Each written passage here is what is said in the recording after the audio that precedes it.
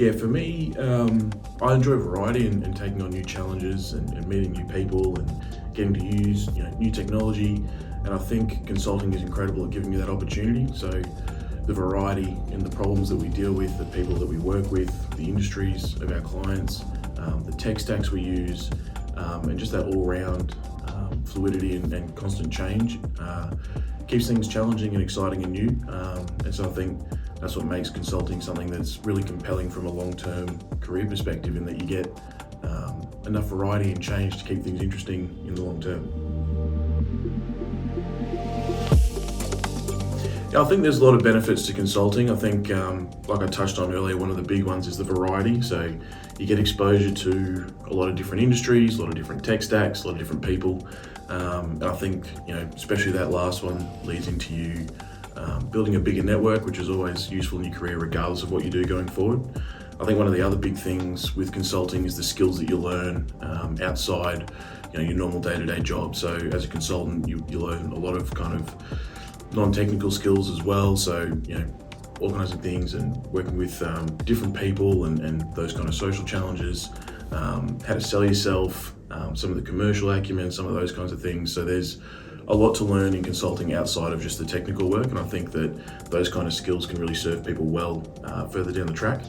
I think the big thing for me, and the big selling point that I tell a lot of people, is how consulting can accelerate your career quite dramatically, where the normal experience you get over quite an extended period of time at various product companies and in industry can really be accelerated in consulting, and that you get exposure to all of that in a much quicker time frame.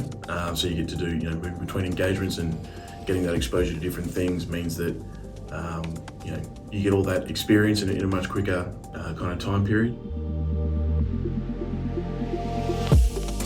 I think one of the big ones is probably sometimes dealing with some more difficult stakeholders and clients. There's always some people that are very set in their ways, or have a very strong view on how they want to do things, and all the convincing in the world might not get them across the line. And I think that's something that you kind of have to accept a little bit with consulting, is that at the end of the day we're there to provide advice and try and move things in the right direction, but at the end of the day it's the client's call. They're the one that's accountable.